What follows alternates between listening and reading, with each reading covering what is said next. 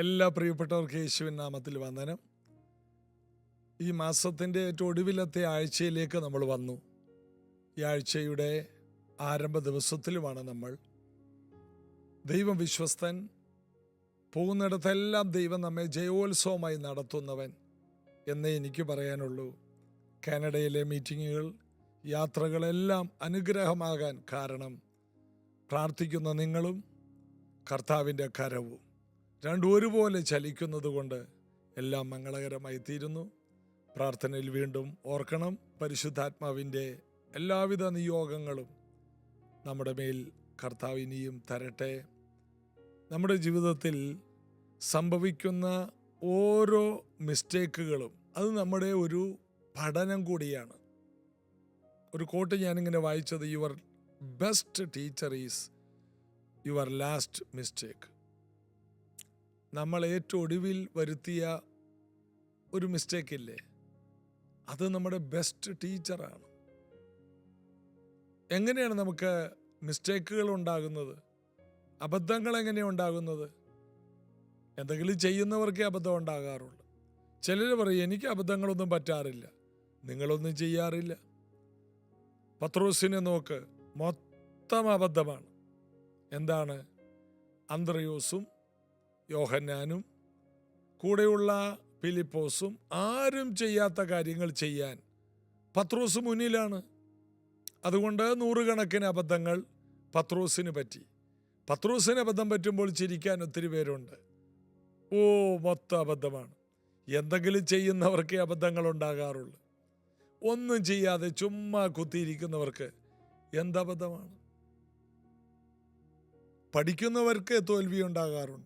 പഠിക്കാത്തവർ പലരും 10ാം ക്ലാസ് തോറ്റില്ല. കാരണം എന്താണ്? അവർ 5ാം ക്ലാസ്സിൽ പഠിത്തം നിർത്തി. അതുകൊണ്ട് 10ാം ക്ലാസ്സിൽ തോറ്റില്ല. 10ാം ക്ലാസ്സിൽ തോറ്റുപോയി എന്നൊരു നാണക്കേട് അവർക്കില്ല. കാരണം അതിനു മുമ്പേ അവർ പഠിത്തം നിർത്തി. അപ്പോൾ നമ്മുടെ അവസാനത്തെ മിസ്റ്റേക്ക് അത് നമ്മുടെ ഏറ്റവും നല്ല ടീച്ചറാണ്. നമ്മെ പഠിപ്പിക്കുന്ന പാഠങ്ങളാണ് ഇതല്ല. നമുക്ക് പരാജയങ്ങൾ ഉണ്ടാകുന്നത് നമ്മൾ എന്തെങ്കിലുമൊക്കെ ചെയ്യുന്നത് കൊണ്ടാണ്. ഒരു കുഞ്ഞ് വീഴുന്നുണ്ടെങ്കിൽ അതിൻ്റെ അർത്ഥം ആ കുഞ്ഞ് നടക്കാൻ പരിശീലിക്കുകയാണ്. നടക്കാൻ പരിശീലിക്കുന്നുണ്ടെങ്കിൽ 1000 വട്ടം വീഴും. ആ വീഴ്ച തീർന്നില്ലല്ലോ, ഇപ്പോഴും വീണുകൊണ്ടിരിക്കുകയല്ലേ. സൈക്കിളിൽ നിന്ന് വീഴുന്നു, ബാത്റൂമിൽ വീഴുന്നു, വീട്ടുമുറ്റത്ത് തെന്നി വീഴുന്നു, വരാന്തയിൽ വീഴുന്നു. എവിടെയൊക്കെയാണ് വീഴുന്നത്? വീഴ്ച എന്നുള്ളത് ജീവിതത്തിൻ്റെ അവസാന സമയം വരെയും നമ്മുടെ ജീവിതത്തിലുണ്ടാകും എന്ന് കരുതി നമ്മൾ നടക്കാതിരിക്കുമോ? ഞാൻ വീഴും എന്ന കാരണത്തിൽ ആരെങ്കിലും നടക്കാതിരിക്കുമോ? എല്ലാവരും നടക്കും. ഈ തത്വം തന്നെ ജീവിതത്തിലെ എല്ലാ പരാജയങ്ങളിലും നമുക്ക് ഉപയോഗിക്കാം. എന്തെങ്കിലും തെറ്റ് വരുത്തിയാൽ, ഇപ്പോൾ ഉദാഹരണത്തിന് ഇംഗ്ലീഷ് പറഞ്ഞപ്പോൾ തെറ്റിപ്പോയി, ഉടനെ ഒത്തിരി പേര് ചിരിച്ചു. ഇംഗ്ലീഷ് പറഞ്ഞതുകൊണ്ടല്ലേ? പറയാതിരിക്കുന്ന ആർക്കെങ്കിലും തെറ്റുണ്ടോ? ചിലർ ഇംഗ്ലീഷിനൊരു വാക്ക് പറഞ്ഞാൽ തെറ്റിപ്പോയി ഉടനെ അത് തിരുത്താനും ചിരിക്കാനും ഒത്തിരി പേരുണ്ടാവും. പരസ്യമായി തിരുത്തുന്നത് അതൊരു ആക്ഷേപമാണ്. ഏത് കാര്യവും ഒരാൾക്കൊരു തെറ്റ് പറ്റി, നാളെ ആരോ പറഞ്ഞ പോലെ എല്ലാവർക്കും ഒരു പറ്റ് തെറ്റുമെന്ന്. എല്ലാവർക്കും ഒരു തെറ്റ് പറ്റുക, അതുപോലെ തെറ്റിപ്പോകുന്നവരുണ്ട്. അപ്പോൾ തെറ്റുകൾ സംഭവിക്കുക എന്നുള്ളത് വളർച്ചയുടെ ലക്ഷണമാണ്. അത് ജ്ഞാനത്തിൻ്റെ ലക്ഷണമാണ്. അത് ഉയർച്ചയുടെ ലക്ഷണമാണ്. നിങ്ങൾക്ക് തെറ്റുകൾ പറ്റുന്നില്ലെങ്കിൽ നിങ്ങളൊന്നും ചെയ്യുന്നില്ല, നിങ്ങളൊരു പരാജയമാണ്. അതുകൊണ്ട് കുറേ തെറ്റുകൾ വരുത്തി ഭക്ഷണം ഉണ്ടാക്കുക. ഭക്ഷണം ഉണ്ടാക്കിയപ്പോൾ എല്ലാവരും വിമർശിച്ചു. വീട്ടിലുള്ളവർ പറഞ്ഞു, നിൻ്റെ ചായ കൊള്ളൂല്ല. അതിൻ്റെ അർത്ഥം എന്താണ്? ചായ ഇനിയും വെക്കണമെന്നാണ്. നീ ഉണ്ടാക്കിയ കറിയിൽ ഉപ്പ് കൂടി. അത് കുറ്റമായിട്ട് കാണരുത്, അത് വീണ്ടും ചെയ്യാനുള്ള ഒരു പ്രോത്സാഹനമായിട്ട് കാണുക. അപ്പോൾ നമ്മുടെ ഓരോ ചുവടുകളെയും വിമർശിക്കുമ്പോൾ തിരുത്താനുള്ള ചാൻസുകളാക്കി നമ്മളതിനെ മാറ്റിയാൽ നമ്മെ തോൽപ്പിക്കാൻ ലോകത്തിൽ ആർക്കും കഴിയില്ല. ശിമോനോട് കർത്താവ് പറഞ്ഞു, നീ പത്രോസാകും. നീ തിരുത്തൽപ്പെട്ട് പത്രോസാകും. നീ തെറ്റുകളെ വരുത്തി വരുത്തി വരുത്തി വരുത്തി നീ പത്രോസാകും. നീ പരാജയപ്പെട്ട് പരാജയപ്പെട്ട് പരാജയപ്പെട്ട് നീ പത്രോസാകും. ഇത് കേൾക്കുന്ന പലരോടും ഇതൊരു സന്ദേശമാണ്. കർത്താവ് നിങ്ങളെ ബലപ്പെടുത്തും. തോറ്റുപോകരുത്. ബിസിനസ്സിൽ, ജോലിയിൽ, പലയിടത്തും പലതിലും തോറ്റുപോയി. കുടുംബജീവിതത്തിൽ ഒത്തിരി പ്രശ്നങ്ങൾ വന്നു. അതിൻ്റെ അർത്ഥം എന്താ? നല്ല കുടുംബജീവിതം നയിക്കാൻ പോകുന്നേ ഉള്ളൂ. കല്യാണം കഴിച്ചു, ഉടനെ കുറേ പ്രശ്നം ഉണ്ടായി. പ്രശ്നം ഉണ്ടാകണം. പ്രശ്നം ഉണ്ടാകുന്നുണ്ടെങ്കിൽ നിങ്ങൾ ജീവിക്കുകയാണ്. പ്രശ്നങ്ങളൊന്നുമില്ലേ? അതിൻ്റെ അർത്ഥം നിങ്ങൾ രണ്ട് വീട്ടിലാണ്, കോണ്ടാക്റ്റ് ഇല്ല, വാട്സാപ്പ് കോൾ വരെയും കട്ട് ചെയ്തു, എല്ലാം ബ്ലോക്ക് ചെയ്തു, ഒരു പ്രശ്നം ഉണ്ടാകില്ല. എന്നാൽ നിങ്ങൾ ഒരുമിച്ച് ജീവിക്കുകയാണോ? ഒരു ബെഡ്റൂമിലാണോ? ഒരു വണ്ടിയിലാണോ യാത്ര ചെയ്യുന്നത്? ഒരു അടുക്കളയിൽ നിന്നാണോ ഭക്ഷണം പാചകം ചെയ്യുന്നത്? ഒരു മേശയുടെ അരികിലാണോ അങ്ങോട്ടും ഇങ്ങോട്ടും നോക്കിയിരിക്കുന്നത്? വഴക്കുകൾ ഉണ്ടാകണം. ആ വഴക്കുകളെല്ലാം തിരുത്തി തിരുത്തി തിരുത്തി നല്ലൊരു കുടുംബജീവിതം നയിപ്പാൻ ദൈവം നിങ്ങൾക്ക് ശക്തി തരും. ഈ ഒരു സത്യം നിങ്ങൾ മറ്റുള്ളവർക്ക് കൂടി ഷെയർ ചെയ്യാമോ? അവരും അനുഗ്രഹിക്കപ്പെടും. കർത്താവ് ബലപ്പെടുത്തട്ടെ. നമുക്ക് റോമാലേഖനത്തിലേക്ക് വരാം. റോമാലേഖനത്തിൻ്റെ 9-ാം അധ്യായത്തിൻ്റെ ഒടുവിലത്തെ ഭാഗത്ത് 30-ാമത്തെ വാക്യം. ആകയാൽ നാം എന്തു പറയേണ്ടു? നീതിയെ പിന്തുടരാത്ത ജാതികൾ നീതി പ്രാപിച്ചു. വിശ്വാസത്താലുള്ള നീതി തന്നെ. നീതിയെ പിന്തുടരാത്ത ജാതികൾ നീതി പ്രാപിച്ചു. വിശ്വാസത്താലുള്ള നീതി എന്ന് വേറൊരു കൂട്ടരെ കുറിച്ച് പറയുന്നു. നീതിയുടെ പ്രമാണം പിന്തുടർന്ന് ഇസ്രായേലോ ആ പ്രമാണത്തിൽ എത്തിയില്ല. പ്രമാണത്തിലൂടെ നീതി അന്വേഷിച്ചവർ തോറ്റുപോയി. എന്നാൽ വിശ്വാസത്തിലൂടെ നീതിയിലേക്ക് വന്നവർ, അവർ നീതീകരിക്കപ്പെട്ടു.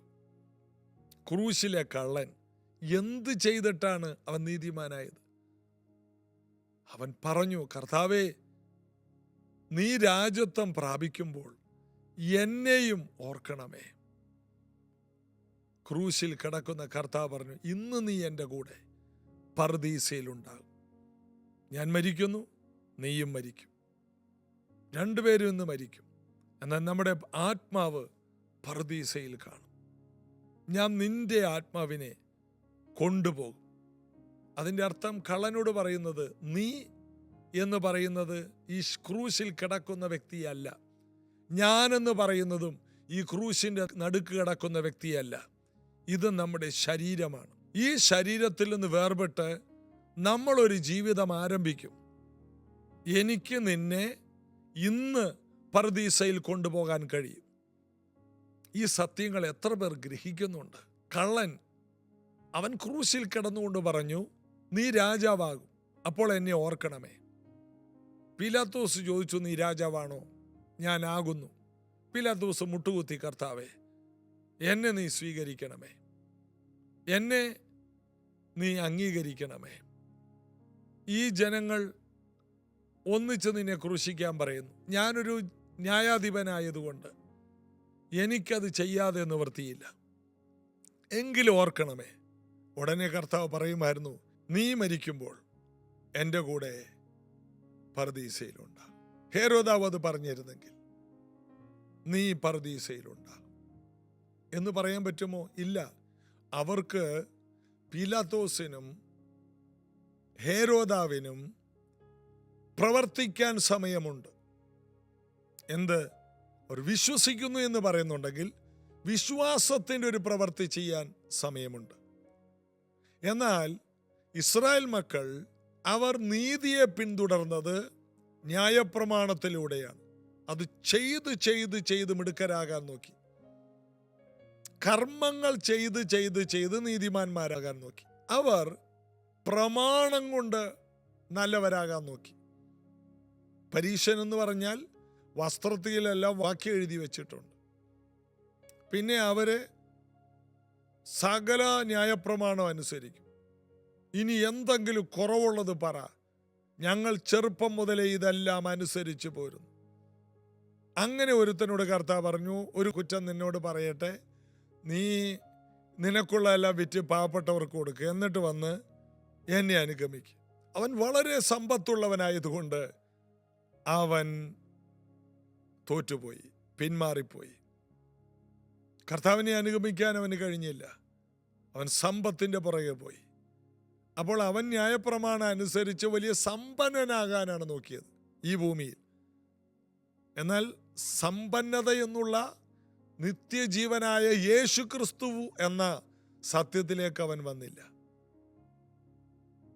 നിക്കോദിമോസ് പോലും, രാത്രി രഹസ്യമായി വന്നവൻ പോലും, യേശുവിൻ്റെ മരണത്തിന് ശേഷം രഹസ്യമായി രാത്രിയിൽ അല്ലെങ്കിൽ രഹസ്യമായി വന്ന് അവൻ്റെ ശരീരം മറവ് ചെയ്യാനും സുഗന്ധ തൈലങ്ങൾ പൂശാനും ഒക്കെ കടന്നു വന്നു. ജോസഫ് സിമിത്തേരി ദാനമായി കൊടുത്തു. യേശുവിൻ്റെ ശരീരം ക്രൂശിൽ നിന്ന് ഇറക്കുവാൻ പീലാത്തോസിനോട് അനുവാദം ചോദിച്ചു. അതെല്ലാം വിശ്വാസത്തിൻ്റെ പ്രവൃത്തിയായിരുന്നു. നിക്കോദിമോസ് ചെയ്തതും ജോസഫ് ചെയ്തതും വിശ്വാസത്തിൻ്റെ പ്രവൃത്തിയാണ്. അവരതിനുവേണ്ടി സ്റ്റെപ്പ് വെച്ചു. അതെല്ലാം വിശ്വാസത്തിൻ്റെ പ്രവൃത്തിയാണ്. എന്നാൽ പരീശന്മാർ ചെയ്തതും ശാസ്ത്രിമാരും പുരോഹിതന്മാരും ചെയ്തത് വിശ്വാസത്തിൻ്റെ പ്രവൃത്തിയല്ല. പീലാത്തോസിന് യേശുവിനെ അറിയാമായിരുന്നു, വിശ്വാസമായിരുന്നു. എന്നാൽ വിശ്വാസത്തിൻ്റെ വാക്ക് പറയാനോ സ്റ്റെപ്പ് വെക്കാനോ കഴിഞ്ഞില്ല. ഒറ്റ കാര്യം അവൻ ചെയ്തു. അവൻ യഹൂദന്മാരുടെ രാജാവ് എന്ന് എഴുതി വെച്ചു 3 ഭാഷയിൽ. പുരോഹിതന്മാർ പറഞ്ഞു അങ്ങനെയല്ല, അവൻ അങ്ങനെ പറഞ്ഞെന്ന് എഴുതണം. ഉടനെ പീലാത്തോസ് പറഞ്ഞു ഞാൻ എഴുതിയത് എഴുതി. ഏതായാലും നീതിമാന്മാരുടെ പുനരുത്ഥാനത്തിൽ പീലാത്തോസിന് ഒരു അവാർഡ് കിട്ടുമെന്ന് ഞാൻ ചിന്തിക്കുന്നു. എന്തെങ്കിലും ഒരു അവാർഡ് അവർക്കൊക്കെ ദൈവം വെച്ചിട്ടുണ്ടാകും. കാരണം മാനവജാതിയുടെ വീണ്ടെടുപ്പിന് വേണ്ടി നിന്ന കൂട്ടത്തിൽ പീലാത്തോസ് ഒരു ദുഷ്ടനായ മനുഷ്യനാണ്. കാരണം യഹൂദന്മാരുടെ രക്തം അവൻ്റെ യാഗങ്ങളിൽ കലർത്തിയിരുന്നു എന്ന് യേശു പറഞ്ഞു. അപ്പോൾ അങ്ങനെയൊക്കെ ചെയ്തയാളാണെങ്കിലും യേശുവിന് വേണ്ടി അങ്ങനൊരു കാര്യം എഴുതിയെങ്കിലും വെച്ചില്ലേ. അതുകൊണ്ട് എന്തെങ്കിലും ഒരു പ്രതിഫലം ഉണ്ടാകുമോ എനിക്കറിയില്ല. കാരണം യേശുവിന് വേണ്ടി ജീവിച്ചില്ല. എങ്കിലും കർത്താവിനെ സപ്പോർട്ട് ചെയ്തവർ, കർത്താവിൻ്റെ നാമത്തിൽ വരുന്നവന് ഒരു സപ്പോർട്ട് കൊടുത്തില്ലേ, അതിൻ്റെ എന്തെങ്കിലും പ്രതിഫലം ഉണ്ടോ എനിക്കറിയില്ല. അറിയാവുന്നവർ പറഞ്ഞു തരിക. ഏതായാലും ക്രൂശിലെ കള്ളൻ, അവന് പ്രവർത്തിക്കാൻ സമയം കിട്ടിയില്ല, അവന് വിശ്വസിക്കാൻ പറ്റി. ഇന്നത് കേൾക്കുന്ന നിങ്ങൾക്ക് കുറേ കാര്യങ്ങൾ അനുസരിക്കാൻ പറ്റിയില്ലെങ്കിലും വിശ്വസിക്കാൻ കഴിയുന്നുണ്ടോ? അവിടെ വിജയിക്കും. ഇവിടെ നമ്മൾക്ക് ഒന്നുകൂടി വായിക്കാകയാൽ നാം എന്തു പറയേണ്ടു? നീതിയെ പിന്തുടരാത്ത ജാതികൾ നീതി പ്രാപിച്ചു, വിശ്വാസത്താലുള്ള നീതി. നമ്മളങ്ങനെ പ്രാപിച്ചതാണ്. കൊച്ചുനാള് മുതലേ ദൈവവചനം അനുസരിച്ച് വന്ന അബ്രഹാമിൻ്റെ മക്കളൊന്നുമല്ല നമ്മൾ. തകർന്ന തരിപ്പണമായി ആർക്കും വേണ്ടാതെ ലോകത്തിൽ ജീവിച്ച തെരുവ് നായ്ക്കളെ പോലെ ജീവിച്ച നമ്മളൊക്കെ ദൈവമക്കളായി മാറിയെന്ന് പ്രശംസിക്കാനൊന്നുമില്ല, പുകഴാനൊന്നുമില്ല. ഇതൊക്കെ യഹൂദന് വേണ്ടി മാത്രം വെച്ചിരുന്ന അനുഗ്രഹങ്ങളാണ്. ഇത് കർത്താവ് തുറന്നത്. നന്ദിയുള്ളവരായി ഈ വഴിയിൽ നടക്കാൻ കർത്താവ് നമുക്ക് കൃപ തരട്ടെ. പ്രാർത്ഥിക്കാം. യേശുവേ നന്ദി. ഇത് കേൾക്കുന്ന ഓരോ പ്രിയപ്പെട്ടവർക്കും, വിശ്വസിക്കുന്ന ഓരോ വ്യക്തികൾക്കുമുള്ള ബ്ലെസ്സിങ് ഇത് കേൾക്കുന്നവർക്ക് ലഭിച്ചതുകൊണ്ട് നന്ദി. ഇത് കേൾക്കുന്ന, ആദ്യമായി കേൾക്കുന്നവർ, യേശുവേ എൻ്റെ ഉള്ളത്തിലേക്ക് വരണമേ. ഇന്നു മുതൽ എൻ്റെ പാപങ്ങൾ കഴുകി എന്നൊരു പുതിയതാക്കണമേ. അങ്ങേ ഞാൻ കർത്താവും രക്ഷകനുമായി സ്വീകരിക്കുന്നു എന്ന പ്രാർത്ഥന പ്രാർത്ഥിച്ച് പുതിയ സൃഷ്ടികളാകാൻ, നിമിഷങ്ങൾക്കുള്ളിൽ വീണ്ടെടുപ്പ് പ്രാപിപ്പാൻ, പ്രവൃത്തികളാലല്ല, കർമ്മങ്ങളാലല്ല, വിശ്വാസത്താലുള്ള നീതീകരണം പ്രാപിപ്പാൻ ഇത് കേൾക്കുന്ന എല്ലാവർക്കും കൃപയുണ്ടാകട്ടെ. കർത്താവിനെ സ്വീകരിച്ചതിൽ ജാതികളായി ഞങ്ങൾ അങ്ങിൽ ആനന്ദിക്കുന്നു. അങ്ങ് ഞങ്ങളെ തിരഞ്ഞെടുത്തു. പ്രത്യേകിച്ച് കർത്താവിൻ്റെ വേല ചെയ്യാൻ ഞങ്ങളെ വിളിച്ചല്ലോ, നന്ദി. ജീസസ് എവരിഡേ എന്ന പ്രോഗ്രാം നടത്തുവാൻ, സുവിശേഷത്തിന് വേണ്ടി നിൽക്കാൻ ഞങ്ങളെയും വിളിച്ചതിനായി നന്ദി. യേശുവേ നന്ദി. യേശുവിൻ നാമത്തിൽ ആമേൻ. എത്ര വലിയ പദവിയാണ് വിശ്വാസത്തിന് വേണ്ടി സംസാരിപ്പാൻ, വിശ്വാസം പറയുവാൻ, പ്രവർത്തിയാലല്ല വിശ്വാസത്താൽ ജീവിപ്പാൻ ദൈവം നമ്മെ വിളിച്ചില്ലേ? നിങ്ങൾക്കും എനിക്കും ഒരുമിച്ചൊരു കൂട്ടായ്മ തന്നില്ലേ? ദൈവത്തിന് സ്തോത്രം. വീണ്ടും നമുക്ക് ബലപ്പെടാം. ഈ അടുത്ത ദിവസവും നമുക്ക് ഒരുമിച്ച് കാണാം. പ്രത്യേകിച്ച് ഈ ആഴ്ചയും കാനഡയിൽ മീറ്റിങ്ങുകളുണ്ട്. ഓരോരുത്തരും അതിനായിട്ട് പ്രാർത്ഥിക്കുക. God bless you. എത്ര നല്ല നാമമേ, എത്ര നല്ല നാമമേ, യേശു ക്രിസ്തുവിൻ നാമം. എത്ര നല്ല നാമമേ, അതിശയ നാമമേ, എത്ര നല്ല നാമമേ, യേശുവിൻ നാമം. എത്ര നല്ല നാമമേ, എത്ര നല്ല നാമമേ, യേശു ക്രിസ്തുവിൻ നാമം. എത്ര നല്ല നാമമേ, അതിശയ നാമമേ, എത്ര നല്ല നാമമേ, യേശുവിൻ നാമം. ഈ ലോകത്തിന്റെ പാപം ചുമന്നു യേശു എനിക്കായി സ്വർഗം തുറന്നു.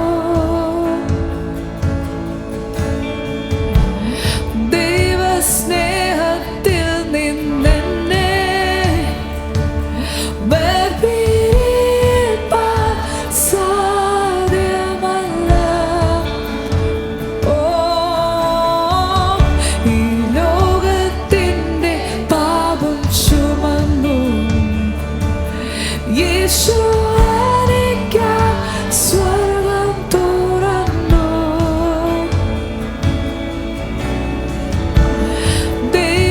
ദൈവസ്നേഹത്തിൽ നിന്നെന്നെ വേർപിരിപ്പാൻ സാധ്യമല്ല.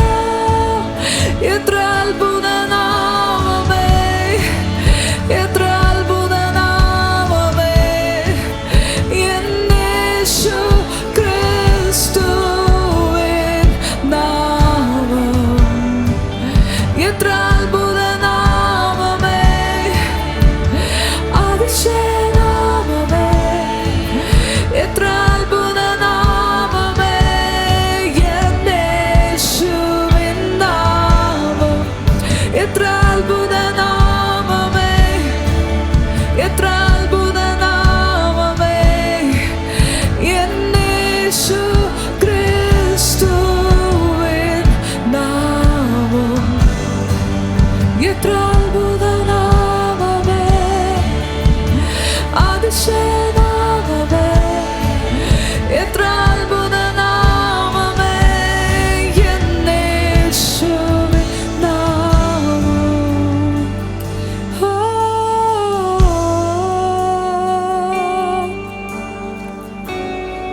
അതിശയ നാമമേ, ഞങ്ങൾ അങ്ങിൽ ആശ്രയിക്കുന്നു. മേലായ നാമം, ഉയർന്ന നാമം, തേനിലും മാധുര്യമുള്ള നാമം യേശു. മരണത്തെ ജയിച്ചു തിരശീല കീറി പാപത്തിൻ ശക്തി നിശബ്ദമാക്കി സ്വർഗമാർക്കുന്നു യേശുവിൻ മഹത്വം ഉയർത്തു വീണ്ടും ജീവിക്കുന്നു.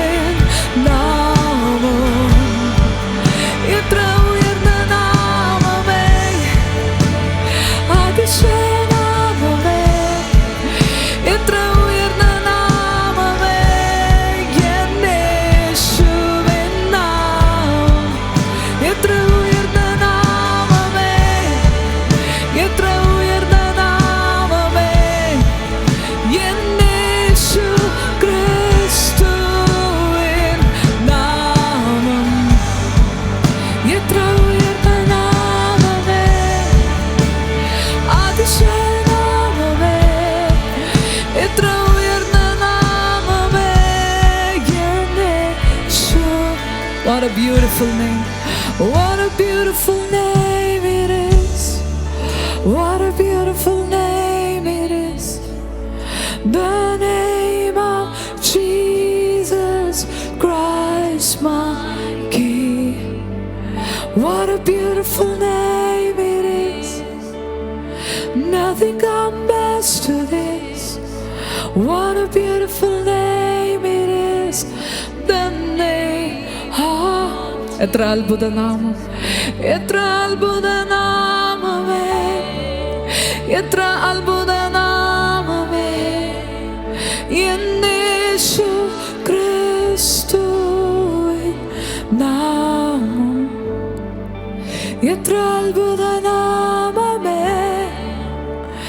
അതിശയ നാമമേ, എത്ര